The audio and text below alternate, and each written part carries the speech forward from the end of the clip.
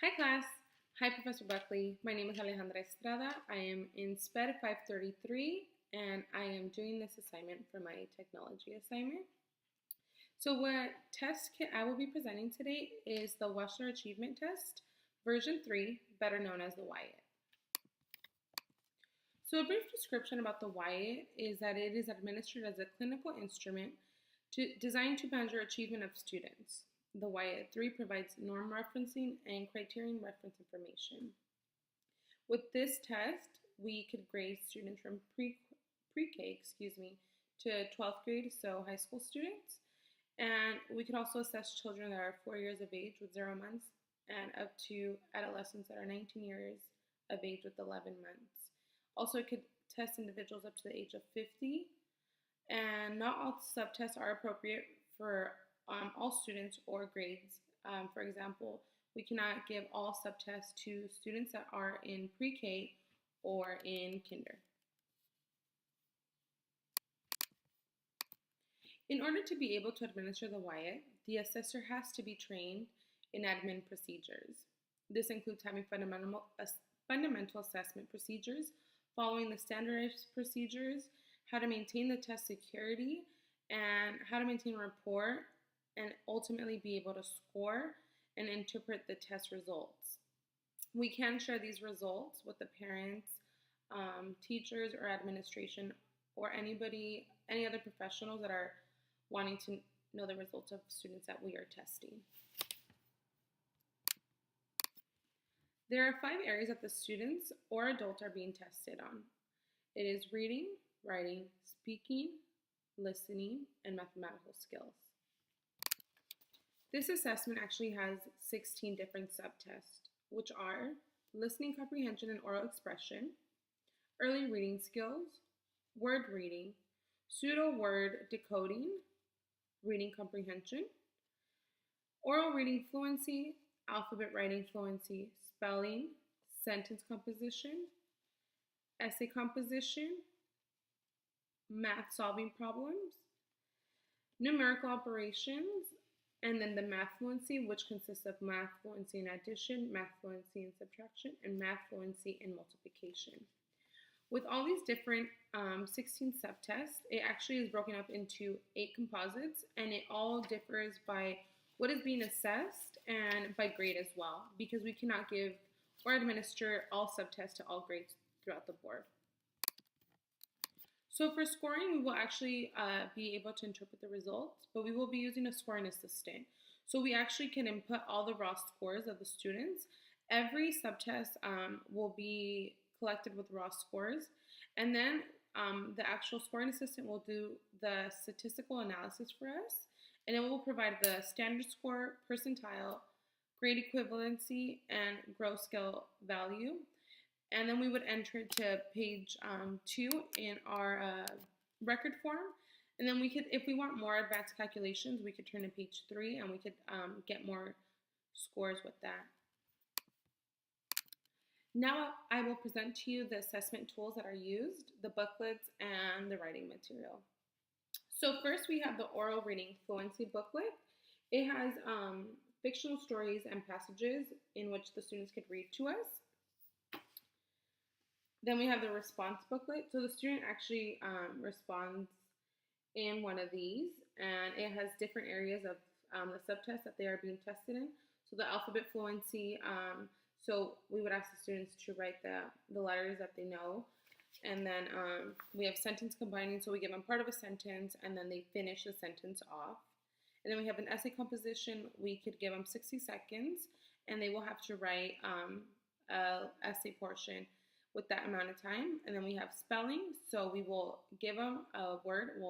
They will hear a word, and they will write it out how they hear it or how they would sound it out. And then we have math fluency in the 3 different areas, which is addition, subtraction, and multiplication. Then we have the 2 word cards, which this is one, and we would ask the students to actually read this to us out loud. And then we have the pseudo word card, also something else that the students would sound out for us, so it's not actual words. And then we have the examiner's manual, so this is our how we would examine, it gives us directions on how to examine the child or the student, or how we would administer a test, how we would get the results, and things of that nature. Then we actually have the scoring workbook, and it gives an example of how a student would answer and what grade they would get. So that you could reference back to this, and it will give you what score the student can generally receive with what they give you when you are assessing the student. And then we have the stimulus book, which this is actually used for several of the subtests. I would flip this over and I would show the child the first page, and they would tell me, or I would ask them, what do you see? And they would explain to me what they see, or describe a feeling, or what season is it, things of that sort. So now I will describe what the subtests actually assess. So listening comprehension and oral expression actually assess the students in oral language, and that is of grades pre-K to 12th grade. Word reading will assess total reading for grades 1 through 12, and then basic reading for also grades 1 through 12. Pseudo word coding will also assess total reading grades 1 through 12, and also basic reading grades 1 through 12. Reading comprehension. It will also be used for total reading grades 1 through 12, reading comprehension, and fluency, and this will actually assess students 2nd grade up to the 12th grade. Oral reading fluency, total reading 1 through 12, and reading comprehension fluency grades 2 to 12 as well. Now for the alphabet writing fluency, we could assess kids for that pre-K and kinder. Spelling, sentence composition, and the essay composition is a written expression that is being assessed, and that is grades K through 12. For the math solving problems and the numerical operations, we are assessing students in mathematics in grades K through 12.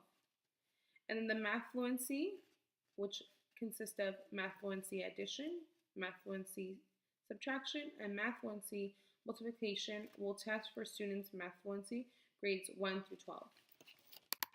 The suggested use of the WIAT would be actually in a school. As for administering the test, there are a few recommendations, which is first to take the student to a silent, quiet place, somewhere where it's comfortable and it's not too distracting. For example, do not take the student to the back of the class, because they could either get distracted with their classmates that are in front of them, or what the teacher is actually teaching that day. Also, it's not quiet. Secondly, don't take them to the room where there are like posters, so like math fluency posters, language art, subject posters, because that could also help with the student do well in the test or respond to the questions in the test, and that could actually affect the validity of the test. Secondly, put the student at the corner of the table, and you will be at a close proximity to the student, but then the student will be able to see the stimulus book, and when the student responds and they point to something or say the letter, they will actually, we will be able to communicate, interact better that way. And then also have them in a comfortable furniture, and then also just try to build some rapport, and be careful when administering the test. Do not say to the student, good job, you're doing great work, because the student could think that they are doing well, or we could stop saying that, which will affect how the student does. So we could say more things like, you're working very hard, we appreciate you doing this for us, or things of that sort. So now I will be giving the live demonstration with my student Pancha to the left of me. But before we begin, make sure to build a comfortable rapport with the student. So inform the student of what she or he will be doing. So today, in my case, what she will be doing. And then reassure the student that they will get breaks. And also, if they do need a break, they could just let us know and we could give that to them. But before beginning the first subtest, we need to tell them that you will be asking them a number of questions today. And some of the things may be easy for you, but some might be hard. Most people do not answer or finish everything, but please try to do your best. Do you have any questions? And then we would, if they do have any questions, and we would try to answer them. at best possible. And also, we want to be truthful to our student and non-threatening, because at the end we want them to feel most comfortable. If they feel they are stressed or in some anxious state, that could affect the test results, which that's ultimately what we do not want. So the first subtest that I will be demonstrating is the oral expression, which is the expressive vocabulary. So for example, I would ask my student, look at this picture and tell me what that word means. A brush for cleaning teeth. If the student does respond correctly, they do get a point. But if they do not, point at the toothbrush and say, what is this? So what is this? Good job. See, that's incorrect. I cannot be telling the student, good job. So let's try this again. So I would say, Pancha, what is this? This is a toothbrush. Let's try again. Tell me the word that means a brush for cleaning teeth. Encourage the student to provide the correct response, and then proceed to item 2 by saying, let's try some more. Let's try another one, now correctly. Say, tell me the word that means a flying insect with a large, brightly colored wings. Of course, we would turn the page for that, and then she would try to describe to me what the picture is. If she answers correctly, she does get the point. If she does not, she will get a 0, but we will still encourage her to respond. So now we will be assessing Pancha in alphabet writing fluency.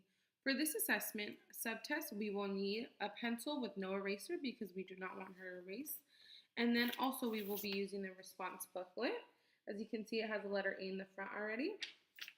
And we have to tell the student, or my student, I would tell her, she could write the letters in cursive or in print and uppercase, lowercase, but she has 30 seconds to write as many as possible.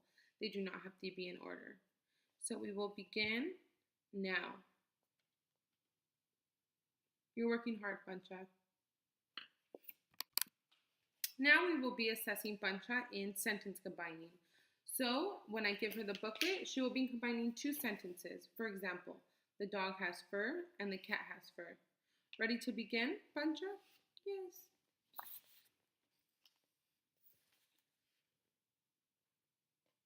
Okay, your time is up. She wrote the first one, and this is what an answer would look like. She combined them together. Now I will be assessing Pancha in the word card. So she will be reading the words to me because I am the assessor, and she will try her best possible. If she does not understand one, she will just skip it. So ready to begin?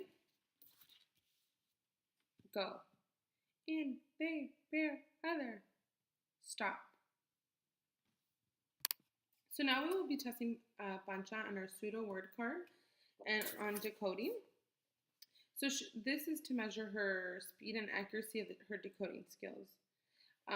She will read them out loud. They are non-words. So Pancha, I will tell you when to begin. Read one word at a time. Please take your time. You're not instructed to read it quickly, because if that, it will cause more errors. I just want you to read out loud, and please try your best. Ready, begin. 30 seconds will pass by regardless of the accuracy, and then we would stop the process. Now I will be assessing Pancha on the math fluency. In addition, I'll give her the response booklet and a pencil with no eraser, which will not hinder the administrator being able to read the test. Pancha, when I tell you to go, please begin. Take your time and try your best. Begin. And 60 seconds would go by, and she would stop regardless if she did not finish. Stop. So lastly, to just finish off this video, I will be sharing just one strength and one weakness of the WIAT 3. The strength is that it can assess many different areas. It has 16 different subtests, so it's not just limited to one form of assessment. And a weakness is the test is so long that it could take up to 2 days to actually be able to assess the student in all the subtests or all areas. Therefore, the test can really vary with the days or different times that they are given.